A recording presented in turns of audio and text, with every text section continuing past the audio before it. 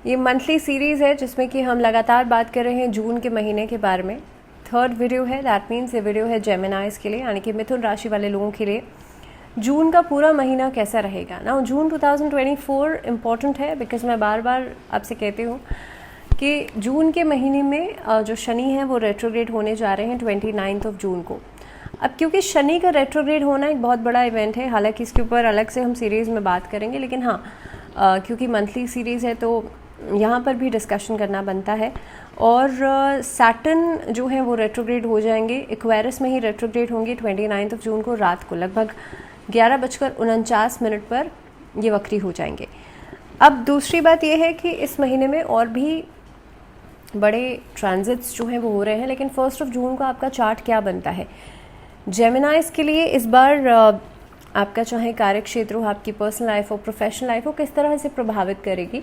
एक और बड़ा इवेंट इस बार होने जा रहा है, एक प्लानिटरी अलाइनमेंट आपको दिखेगा 3 जून को, जिसमें कि बुध, मंगल, बृहस्पति और शनि, उसके अलावा यूरेनस और नेपच्यून जो है वो एक ही सीध में दिखाई देंगे, एक अलाइनमेंट में दिखाई देंगे आप लोगों को in the sky. You can see that 3 जून को ये इवेंट होने वाला है, बहुत इंपॉर्टेंट है, तो अगर आप देख सकते हैं तो ज़रूर देखिएगा।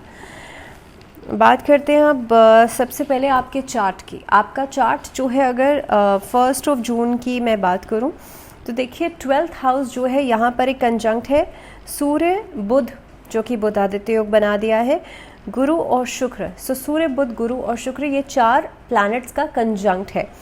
इसके अलावा आपके लिए 10th हाउस में यहाँ पर राहु बैठे हैं, 11th हाउस में आपके लिए मंगल बैठे हैं, इसके अलावा 9वें भाव में शनि बैठे हुए हैं और 4th हाउस में आपके लिए केतु बैठे हैं। तो जेमिनाइज के लिए ये कुछ प्लानिटरी पोजीशंस रहने वाली है। इसके अलावा बीच बीच में कौन कौन से प्लैनेट्स जो हैं वो चेंज करेंगे अपनी चाल, इसके बारे में हम बीच में बात करेंगे, लेकिन सबसे पहले आपका कार्य क्षेत्र क्या कहता है। देखिए 10th हाउस में बैठे हैं आपके लिए सबसे पहले तो राहु, पूरे महीने इसी हाउस में ही रहेंगे, हालांकि उसके बाद भी रहेंगे, लेकिन हाँ लंबे समय से हैं भी। अब इस अवधि के अंदर आप देखेंगे क्योंकि राहु जो है वो भटकाने का काम भी करते हैं, राहु आपके दिमाग में डाउट्स भी लेकर के आते हैं, लेकिन दूसरी तरफ ऐसा नहीं है कि राहु सब नेगेटिव करेंगे, ऐसा कुछ नहीं है। लेकिन हाँ डाउट या बार बार किसी चीज़ को बदलने की जो एक टेंडेंसी है वो आपके अंदर रहेगी। दूसरी बात, किसी भी काम को आसानी से आप कर पाएंगे इस अवधि के अंदर, किसी भी चीज़ में एक किसी भी काम में एक महारत हासिल करने वाली जो एक टेंडेंसी है वो भी आपके अंदर रहेगी, वो भी एक क्वालिटी आपके अंदर रहेगी। अब क्योंकि 10th हाउस में राहु है तो देखिए राहु हमेशा एक्सट्रीम्स में लेकर के जाते हैं, या तो आपको बहुत ऊंचा बना देंगे, या तो आपको बहुत उस लेवल पर ले आएंगे, या फिर बहुत नीचे भी ला सकते हैं। सो दैट डिपेंड्स, ये डिपेंड करता है कि आपकी बाकी सारे प्लैनेट्स कहाँ पर बैठे हैं। लेकिन राहु अगर गोचर में 10th हाउस में है तो जो काम बाकी लोगों से नहीं हो पा रहा है वो इस अवधि में आप कर सकते हैं। सो चाहे वर्क प्लेस की बात करूँ तो कहीं ना कहीं पे आपका जो सक्षमता है वो इस महीने के अंदर, खास तौर पे अगर मैं बात कर रही हूँ बिकॉज बाकी सारे प्लैनेटरी पोजीशंस को देखते हुए, तो वो ज़्यादा दिखाई दे रही है। नौकरी में एक अच्छी स्थिति आपको मिल रही है, 10वें भाव के स्वामी देवगुरु बृहस्पति जो हैं वो 12वें भाव में रहेंगे।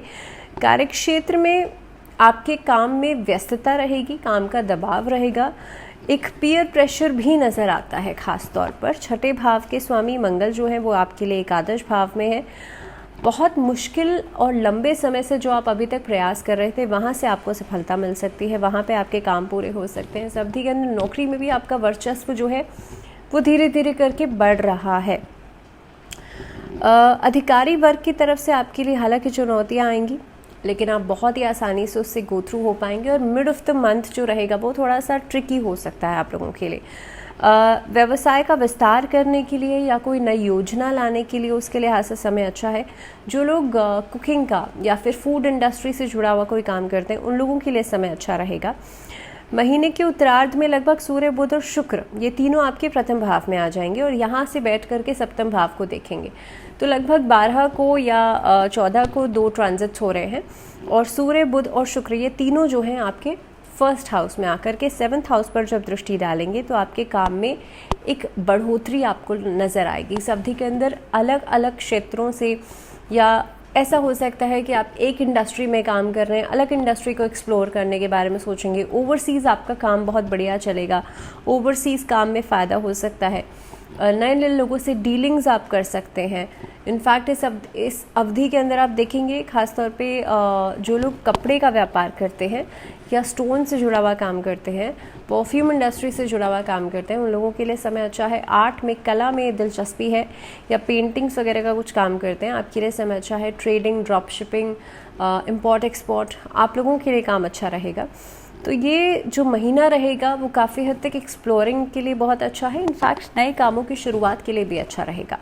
आर्थिक स्थिति की बात की जाए तो इस अवधि के अंदर आर्थिक स्थिति महीने की शुरुआत में थोड़ी सी धीमी गति से चलेगी। मंगल क्योंकि आपके एक आदर्श भाव में बैठे हैं तो धीरे धीरे करके प्रॉब्लम्स को सॉर्ट आउट तो करेंगे 11th हाउस में बैठ करके, लेकिन स्लो स्पीड रहेगी इनिशियल फेज़ में। लेकिन अगर मैं डेली इनकम की बात करूं और ख़ास तौर पे जो इनकम सोर्स की बात करूं तो वहाँ पे स्टेबिलिटी दिखाई दे रही है। डेली इनकम आपके लिए सेटिस्फाइंग रहेगी। इस अवधि के अंदर क्योंकि 4 आपके जो मेजर प्लैनेट्स हैं वो बैठे हैं 12th हाउस में, और 12th हाउस में क्योंकि देखिए बुध, शुक्र, बृहस्पति और सूर्य की बैठने की वजह से आपके खर्चे जो हैं एक एक करके बढ़ते हुए नजर आएंगे। दैट मीन्स ऐसा हो सकता है कि आपके लिए अनएक्सपेक्टेड और सडन खर्चे रहें टिल 15th जून। तो ये 15 जून तक, क्योंकि देखिए 12 जून को एक ट्रांजिट हो रहा है शुक्र का, 14 जून को बुध का हो रहा है, फिर 15 जून को सूर्य का ट्रांजिट हो रहा है। तो जब ये फर्स्ट हाउस में आ जाएंगे तब जाके आपको राहत मिलेगी खर्चों से, लेकिन फर्स्ट हाउस में आने तक ये खर्चों को बढ़ाएंगे। अलग अलग चीज़ों पर खर्चा हो सकता है, आपकी लग्जरियस चीज़ों की तरफ एक अट्रैक्शन बढ़ जाएगा। इस अवधि के अंदर किसी ने आपसे कुछ गिफ्ट्स की डिमांड कर ली, वहाँ पर आप गिफ्ट्स दे सकते हैं। आप अपने वर्चस्व को बढ़ाने के लिए यहाँ पे गिफ्टिंग कर सकते हैं। तो इस तरह की चीज़ों के लिए इनफैक्ट खुद पर भी खर्चा करते हुए नज़र आते हैं, तो खर्चे जो हैं वो अचानक से बढ़ सकते हैं। अब 9th हाउस में जो शनि बैठे हैं आपके एक आदर्श भाव को भी देख रहे हैं, और इस अवधि में आमदनी को भाग्य से सीधा सीधा कनेक्शन जो मिल रहा है, जिसकी वजह से जो प्रॉब्लम्स थी वो तो ख़त्म हो रही हैं और साथ ही में आपकी आमदनी बढ़ती हुई नज़र आती है। 14 जून से लेकर 29 जून तक इसके बीच में बुध के प्रथम भाव में आने की वजह से आप देखेंगे आर्थिक सहयोग आपके आसपास के लोगों की तरफ से आपको मिलेगा। इस अवधि में एक अच्छा होल्ड आपके लिए बन सकता है प्रॉपर्टी से जुड़ा हुआ, अगर क्योंकि देखिए मंगल जो है 11th हाउस में है तो प्रॉपर्टी गेन्स करवा सकते हैं। प्रॉपर्टी से जुड़ा हुआ कोई भी अगर आप लेन देन करते हैं तो वहाँ पर आपके लिए फ़ायदा हो सकता है। इनफैक्ट पारिवारिक जीवन से जुड़ी हुई अगर किसी तरह का कोई ऐसा मामला चल रहा है वहाँ पर फ़ायदा हो सकता है। जब सूर्य ट्रांजिट कर जाएंगे फर्स्ट हाउस पे तो पैटर्नल प्रॉपर्टी से भी फ़ायदा हो सकता है, लेकिन विदेशी मुद्रा आएगी और ख़ास तौर पे व्यवसाय में लाभ ज़रूर होगा।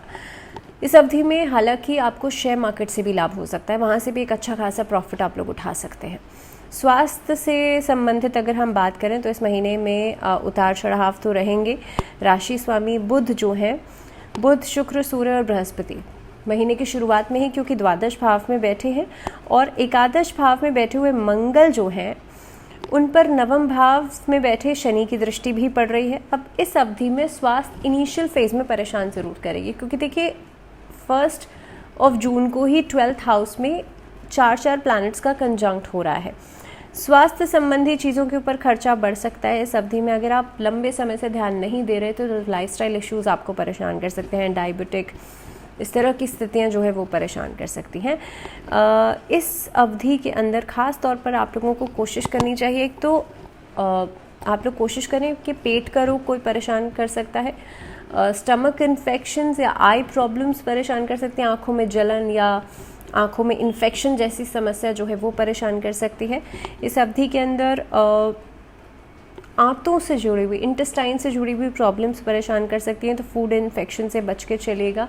तो इस तरह की परिस्थितियां जो है लगभग 15 जून तक आपको बहुत ज़्यादा केयरफुल रहना है रिगार्डिंग योर हेल्थ।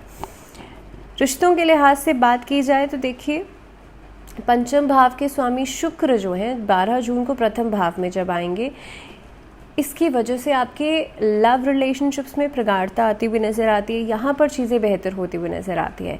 वहीं पर अगर मैं द्वादश भाव में देवगुरु बृहस्पति की पोजीशन देख रही हूँ और वहीं पर शुक्र भी बैठे रहेंगे, तो इनिशियल फेज़ में आप लोग देखेंगे आपके जीवन साथी के साथ कहासुनी हो सकती है। 15 जून तक तो स्थितियाँ थोड़ी सी ख़राब रहेंगी, उसके बाद चीज़ों में एक बेहतरी आप लोगों को नज़र आएगी जब शुक्र ट्रांजिट कर जाएंगे प्रथम भाव में और वहाँ से बैठ कर के सप्तम भाव को देखेंगे। तो ये एक फेज़ ऐसा रहेगा कि आपके लिए काफ़ी हद तक राहत मिलना शुरू हो जाएगी। पारिवारिक जीवन के लिहाज से एक और छोटी सी चीज़ कि जो लोग अविवाहित हैं उन लोगों के लिए विवाह की संभावना बनती हुई नज़र आती है महीने के उत्तरार्ध में। आप लोग या तो विवाह कर सकते हैं या फिर कहीं ना कहीं पे आप लोग प्रपोजल्स दे सकते हैं, फैमिली में बातचीत हो सकती है, तो विवाह जो है वो पक्का हो सकता है। पारिवारिक जीवन के लिहाज से अगर मैं बात करूं तो इस महीने के अंदर उतार चढ़ाव तो रहेगा, राहु दशम भाव में और केतु चतुर्थ भाव में बैठ करके। अब सबसे इम्पॉर्टेंट यह है कि केतु आपकी मदर की हेल्थ को परेशान कर सकते हैं। वहीं पर दूसरी बात, इस अवधि के अंदर घर का माहौल पहले 15 दिन के अंदर थोड़ा सा अशांति वाला रहेगा। आप ऐसे शब्दों का प्रयोग बिल्कुल कर सकते हैं जहां पर आपके वाणी में मिठास तो नहीं रहेगी, बल्कि आपकी बातों से, आपके शब्दों से दूसरे लोगों को थोड़ी सी परेशानी हो सकती है। शुक्र और बुध जैसे ही महीने के उत्तरार्ध में आपके प्रथम भाव में जाएंगे, आपके निर्णय लेने की जो क्षमता है वो बेहतर हो जाएगी और इसकी वजह से लोग आपसे सलाह मशवरा करने के बारे में सोचेंगे। इस महीने के अंदर जब प्रथम भाव में बुध, शुक्र और सूर्य ट्रांजिट करेंगे तो आपके लिए परिस्थितियों में काफ़ी हद तक बेहतरी आपको दिखाई देगी। अब बात करते हैं स्टूडेंट्स के लिए समय कैसा रहेगा। तो देखिए, स्टूडेंट्स के लिए इस अवधि में नई प्रोग्रेस करने का मौका आपको मिलेगा। कॉम्पिटिटिव एग्जाम्स की जो बच्चे तैयारी कर रहे हैं उनके लिए समय बहुत अच्छा दिखाई दे रहा है, प्रोग्रेसिव दिखाई दे रहा है। आपको कंसिस्टेंट रहना बहुत इंपॉर्टेंट है। देखिए, आपके अंदर नॉलेज भी है, डेडिकेशन भी है, फोकस भी है, लेकिन कंसिस्टेंट अगर आप नहीं रहेंगे तो कहीं ना कहीं पे रिजल्ट्स ना तो उतनी जल्दी मिलेंगे और ना ही उतने बेहतर मिलेंगे। तो बेहतर यही है, इस महीने के अंदर कंसिस्टेंसी बहुत इंपॉर्टेंट रहेगी। विष्णु सहस्त्र नाम का पाठ करना आप लोगों के लिए अच्छा रहेगा। इस महीने में कोशिश कीजिएगा बुधवार के दिन एवरी वेडनेसडे आप लोग गाय को हरा चारा या गौशाला में आप लोग हरा चारा ज़रूर अर्पित करें। इसी के साथ इस वीडियो में इतना ही। फिलहाल दीजिए इजाज़त, लेकिन जुड़े रहिए चैनल के साथ। अगले वीडियो में हम बात करेंगे कर्क राशि वाले लोगों के लिए। तब तक के लिए नमस्कार।